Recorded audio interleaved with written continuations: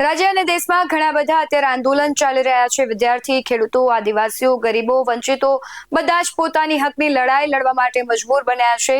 આપણે સૌથી વધારે ચર્ચા થતી હોય તો આદિવાસી વિસ્તારની થતી હોય છે, કારણ કે ત્યાં સુવિધાઓથી વંચિત લોકો છે તે પોતાની પીડા વ્યક્ત કરતા હોય છે। એવા દ્રશ્યો સામે આવતા હોય છે કે તે જોઈએ તો કદાચ આપણા હૈયું છે તેમાં કંપન ઉઠી જાય। ફરી એક વખત એવા દ્રશ્યો આવ્યા છે। આદિવાસીઓ છે તેમના વિસ્તારમાં જળ જમીન અને જંગલ છે તેને બરબાદ કરવા માટે જે અત્યારે કાવતરાઓ રચાઈ રહ્યા છે, જે વિકાસના નામે વિનાશ થઈ રહ્યા છે, તેને લઈને મેદાને આવ્યા। કારણ કે દાહોદમાં જે જીઆઈડીસી છે તેનો મુદ્દો છે હવે ખૂબ ગરમાયો છે અને આદિવાસીઓ મેદાને આવતા પોલીસ અને આદિવાસીઓ વચ્ચે ઘર્ષણ સર્જાયા હતા, તેના વિશે જ વાત કરવી છે। નમસ્કાર, ગુજરાત BS9 ટીવી ન્યૂઝમાં આપની સાથે હું છું ભગવતી વિશાવડિયા। દાહોદ જિલ્લામાં જીઆઈડીસી મુદ્દે મામલો ગરમાયો છે। લીંબડી તાલુકાના કચલધરા અને છાયણ ગામના આદિવાસી ખેડૂતો છે પોતાની કિંમતી જમીન બચાવવા માટે રસ્તા પર ઉતરી આવ્યા છે। જમીન સંપાદન અને સર્વેની કામગીરીનો વિરોધ કરી રહેલા ગ્રામજનો અને પોલીસ વચ્ચે ઘર્ષણ થતા પોલીસે લાઠીચાર્જ કરતા સમગ્ર વિસ્તારમાં ઉત્તેજના વ્યાપી છે। ગોવિંદ ગોરુ લીંબડી તાલુકાના કચલધરા અને છાયણ ગામના મોટી સંખ્યામાં આદિવાસી ખેડૂતો ખાતેદારો છે તે જીઆઈડીસીના વિરોધમાં ભારે સૂત્રોચ્ચાર સાથે કલેક્ટર કચેરી દાહોદ ખાતે પહોંચ્યા હતા। ખેડૂતોએ કલેક્ટરને રૂબરૂ મળીને હાલમાં છાયણ અને કચલધરા ગામે કરવામાં આવનારા સર્વેનો સખત વિરોધ નોંધાવ્યો હતો। ત્યારે આદિવાસી આગેવાનો આક્ષેપ કર્યો છે કે સરકાર આદિવાસીઓના હક અને અધિકાર પર તરાપ મારીને સસ્તા ભાવે જમીન છીનવી રહી છે અને વિકાસના નામે આદિવાસીઓનો વિનાશ કરવાનું કાવતરું ઘડી રહી છે। જીઆઈડીસી બનવાથી શુદ્ધ હવા અને પાણી પ્રદૂષિત થશે, સાથે જ રોજિંદા જીવન પર મોટો ખતરો મંડરાશે।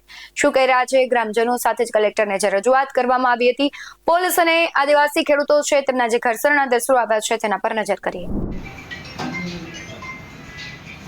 જીઆઈડીસી બાબતે આવેદન આપવાનું છે, અમારે રૂબરૂ સાહેબ સાથે સંપર્ક કરવો છે, સાહેબ સાથે ચર્ચા કરવી છે 5 મિનિટ મેડમને રૂબરૂ મેડમ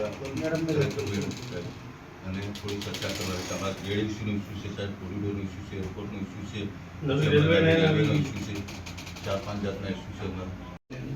અને સર આ રેલવેનું ફરી સર્વે ચાલુ થઈ ગયું। અમે રવિવારે એ લોકોને બગાડ્યા છે જે નિમસથી સર્વે કરતા જઈને આવ્યા એને, કેમ કે હવે અમારે જવું ક્યાં, એટલે આ રેલવેનું આવ્યું છે, આપ સાહેબ સુધી આ ટપાલ આવેલી છે અને સરકારી પડતા એમાં સનદો આપી દીધી છે। આવું બધું ઘણા છે અને જે ઇલાકામાંથી સાહેબ અમારે આ બધું જમીન ગઈ છે ત્યાં જ આ ફરી રેલવેનો પ્રોજેક્ટ આવ્યો છે, એટલે આ જરા કયા કયા ગામો આવે છે એની અમને સાહેબ માહિતી આપવામાં આવે ને આ બી સાઈડમાં કરો ગમે ત્યાં। મેડમ પોલીસ તંત્ર બી નહીં હેરાન કરે છે, ખોટી રીતે પોલીસને નહીં હેરાન કરે છે। પણ જાણ કરી જીઆઈડીસી માટે આ ઉપર ક્યાંય આપણે જીઆઈડીસીનું કંઈ રેલવેનું કંઈ લેવું પડશે। આ રેલવેવાળા બી અમને પૂછ્યા વગર કેન્દ્ર સરકાર ડિસિઝન લે છે રેલવેનું પણ ડાયરેક્ટ બેન આવી જાય ને ડાયરેક્ટ કેન્દ્ર સરકાર નિર્ણય લે ના નથી અમારી, પણ જે અમારા આદિવાસીના હક અધિકાર છે એ કાયદાની વિરુદ્ધ દેખવું પડે ને અમારા હક અધિકારનો। અમારા દાહોદ જિલ્લાના કરતા દરતા તમે છો બેન, લોકશાહી દેશની ડાયરેક્ટ આવીને અહીંથી ઘર ઉઠાવો તમે અહીંથી તમારે ઉઠી જવાનું। જીઆઈડીસી કોઈ ફાઇનલ જગ્યા પર નથી। પહેલા તો ચાકલિયા રજીસ્ટ્રેશન કર્યું, પછી ખરસાણા ગયા, ખરસાણાથી પછી સાઈડમાં આવ્યા છે। એવું નથી કે ફાઇનલ જમીન। એટલે સાહેબ અમે આપ સાહેબને એક વિનંતી કરીએ છીએ કે આ જે 4-5 યોજનાઓ છે સાહેબ મોહનભાઈ સાહેબ 4-5 યોજનાઓ છે જેથી અમે વિસ્થાપિત થઈ ગયા છે। આપ હમણાં નવા કામમાં બીજી પણ હશો, પણ જરાક સમય નીકાળીને ખરેખર લોકોની મુલાકાતને વાસ્તવિકતા શું છે એનું સાહેબ થોડોક આપ જાયજો લે તો સારું રહેશે। અને સાહેબ પોલીસ ખોટી રીતે ખૂબ હેરાન કરે છે આના। હવે અમે પોલીસને બી કહીએ છીએ કે તમારા ઉપર ખુરશી તમારી છીનવાઈ જાય તો તમને જે અસર થશે એ અસર અમને અમારું ખેતર છીનવાઈ જાય તો અમને થઈ ગઈ છે। એટલે આમ તંત્ર અમારો બરોબર અમને બાનમાં લઈને મારા મારીને ફલાણું ટીકણું કરી ખોટું છે, પછી અમારે અમે ગરછડ થાય છે ને અમુક પાછા નક્સલવાદી વળા જવામાં આવે। કોણ વાત કરશે આપણા તરફ ક્યાં આ મુદ્દાઓ ઉપર મોહનભાઈ ક્યાં રેલવે માટે બેન અમે કોરિડોર માટે અમે લડીએ છીએ, અંકિતભાઈ લડે અમે છે। 9 વર્ષથી અમારા ખેડૂતો માટે લડી રહ્યા છીએ। હાઈકોર્ટમાં આનો ઇસ્યુ છે અમારો, છતાંય હવે નવી પાછી રેલવેની લાઈન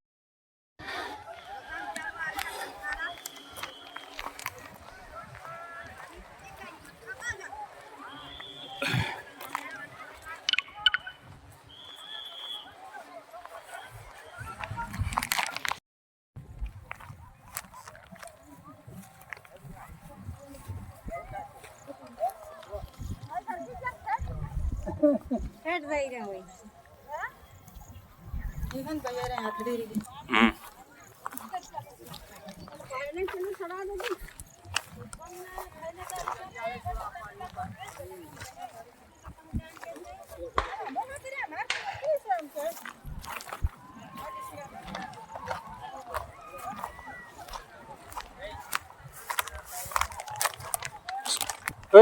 દે તમો આરે જો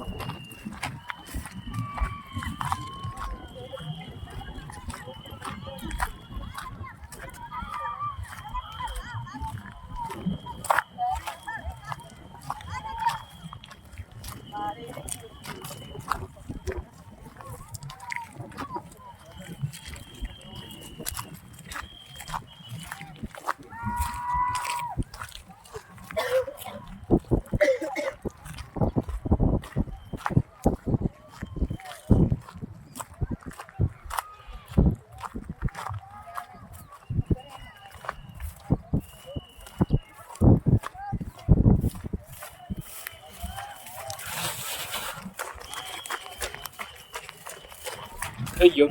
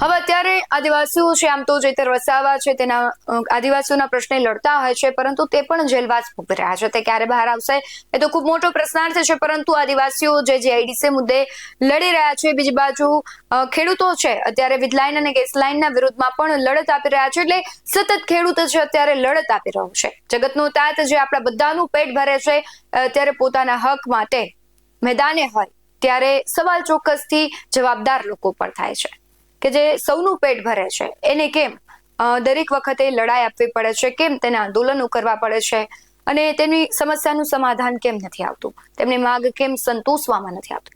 સવાલ ઘણા બધા છે. જવાબ દેનાર કદાચ કોઈ નહીં હોય અને જવાબ આપશે તો એ પણ ગલ્લા તલ્લાવાળા. એટલે હવે જોવું રહ્યું કે આદિવાસીઓના આ જીઆઈડીસી મુદ્દે શું સમાધાન થાય છે, તેમના પ્રશ્નો છે, તેની સમસ્યા છે, તેમનો શું ઉકેલ આવે છે. બાકી તમારું શું માનવું છે કમેન્ટમાં જરૂરથી જણાવજો. બાકી આવા જ વધુ અહેવાલો સાથે ફરી મળતા રહીશું. તમે અમારી યુટ્યુબ ચેનલને સબસ્ક્રાઇબ કરવાનું અને ફેસબુક અને ઇન્સ્ટાગ્રામ પર ફોલો કરવાનું ભૂલશો નહીં. બાકી અવનવી અપડેટ્સ મેળવવા માટે આપ જોતા રહો BS9 ન્યૂઝ. નમસ્કાર.